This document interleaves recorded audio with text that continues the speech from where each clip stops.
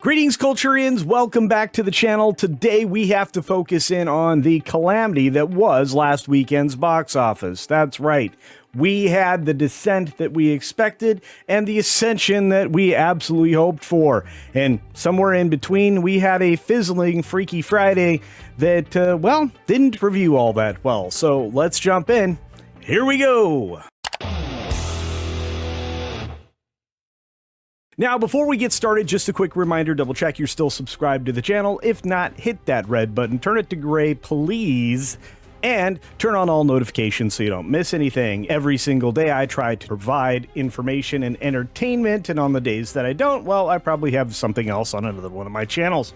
So go check out those as well. Let's jump into the weekend box office, and, well, some of you are going to be happy and some of you will be sad, but at least we'll all be informed, starting with Deadline. That's right. Weapons Freaks. Freakier Friday out a bit with a $42 million plus win for the weekend. Warner Brothers 2025 box office rally continues.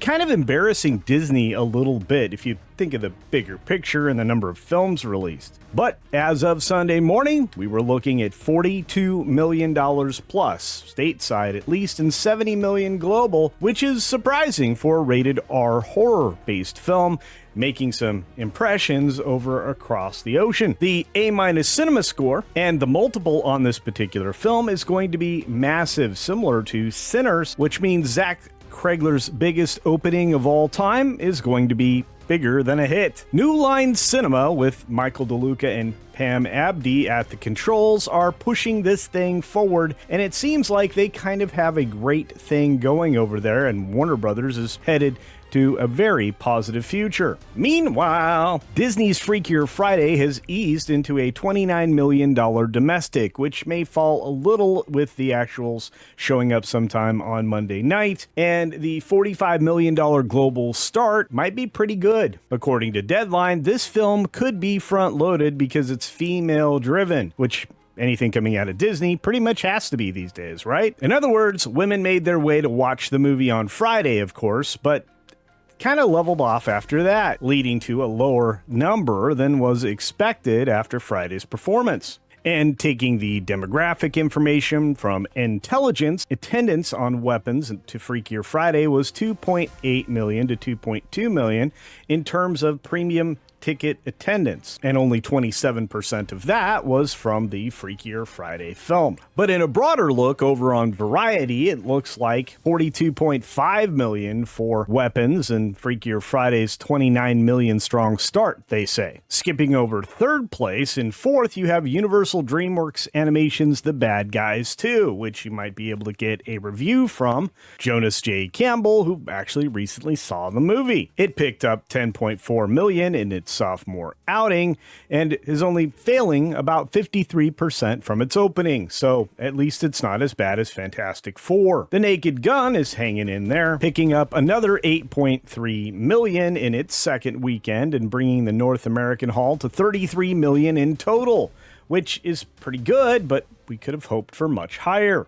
But of course, we have to focus on the failure, and that comes to us from Fantastic Four: Final Steps. This film has certainly solidified its position as a flop, making only 15.5 million for a troubled domestic total of 434.2 million, according to The Hollywood Reporter.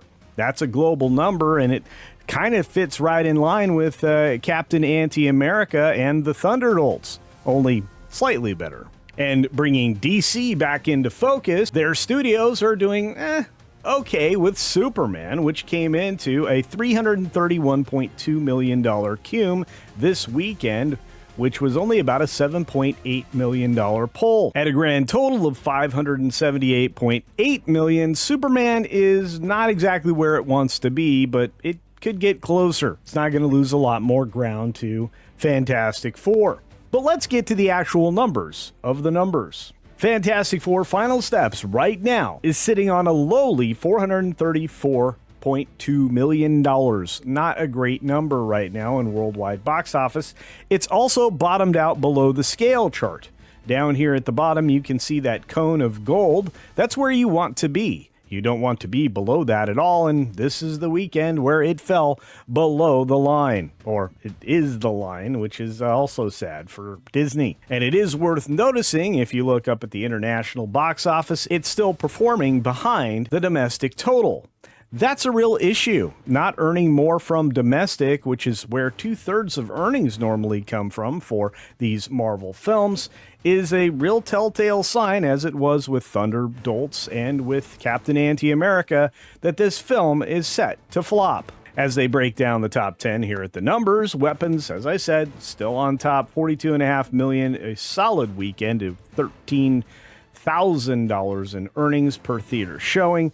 Freakier Friday setting in at just under $29 million, and The Fantastic Four at $15.5 million with another, and this is the story, folks, 60% drop.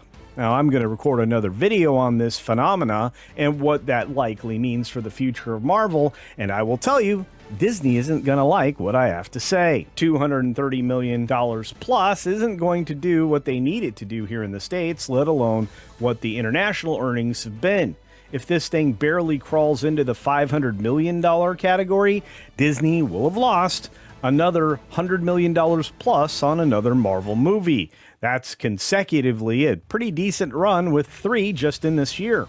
It's also not looking good for anything coming afterwards, because at this point, it doesn't look like anybody cares. Superman fell off another 43% and is having a pretty slow drift to the bottom, unlike what is happening with Disney's project. And truly, the top 10 isn't all that bad. From 1 to 10, it looks like people went to see movies, but if you look at the overall big picture, $120 million box office weekend is really the bare minimum for exhibitors. So I'm kind of worried. Wonder if you are too. Let me know your thoughts on this weekend's box office in the comments section down below. Do you think somehow that Marvel will recover? Do you think it will actually get people back to the box office? What do you think about Superman? Is it likely to tick over $600 million? And is that enough to get us more DC Studios projects? Will Disney have to go back to the drawing board, or at least the budgetary table, to try to drop the price of their future Marvel films? Otherwise, can they afford to lose several $100 million per release? And finally, are the offbeat films going to be the ones to win the day for the foreseeable future? Films like Weapons and Sinners and similar R-rated projects, are they going to be what builds the box office of the future? Or, like WDW Pro, do you believe that we are falling into a rapid end of weekly cinema going? Again, let me know your thoughts down in the comments section below. And be on the lookout for my conversation about what's going on with Superman, and a video about specifically the death spiral of the Fantastic Four. As always, be sure to take care of yourself, take care of others, and until next time, see ya! Maybe at a good movie.